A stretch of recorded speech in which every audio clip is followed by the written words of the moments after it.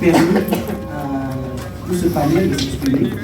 Je suis donc François Mabodé, actuellement président de l'organisation Slalom Fwangala, organisation qui rassemble tous les pratiquants de la danse du Fwangala ici au Gabon. Je viens donc à cette conférence communiquer sur le thème « Quel peut être l'apport de nos rites et traditions ancestraux dans le développement du monde ?» C'est donc à cette question que je vais tenter de répondre, même si le temps qui m'est accordé ne me permettra pas de développer des méthodes dans le développement. De prime abord, nous devons savoir que le destin du Gabon est étroitement lié à nos rites et traditions. Pour ceux qui le savent, vous vous souviendrez que la date de l'indépendance du Gabon et même le nom du premier président de la République gabonaise avait été révélé et communiqué par un bouddhiste nommé Dom Obaleya vers les années 1940, précisément en 1947. Ayant dit cela, je voudrais tout de suite répondre à la question de savoir qu'est-ce que le Bouti peut apporter, quelle peut être la contribution du Bouti au développement du Gabon.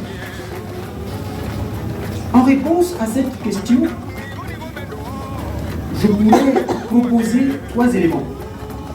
Le premier élément sera la confiance en soi que le peuple gabonais pourra gagner si on se revenait dans nos rites et traditions. Le deuxième élément, c'est sur le plan du rayonnement économique et diplomatique de notre pays. Et en troisième élément, c'est sur le plan de l'éthique, de la morale et des valeurs. Alors, pour ce qui est du premier élément, donc la confiance en soi que va gagner le peuple gabonais, je le fonde sur la relation, les bonnes relations entre l'être humain et ses ancêtres feront en sorte que celui-ci se sente protégé. Donc nos rites et traditions ancestraux vont être pour nous un bouclier nous permettant de gagner de l'assurance et de la sûreté lorsque nous posons des actes dans le concert des nations. Donc la confiance en soi. Comme deuxième élément, j'ai parlé du développement économique et diplomatique de notre pays. Voyez-vous, chers frères et sœurs, chers parents, initiés ou non,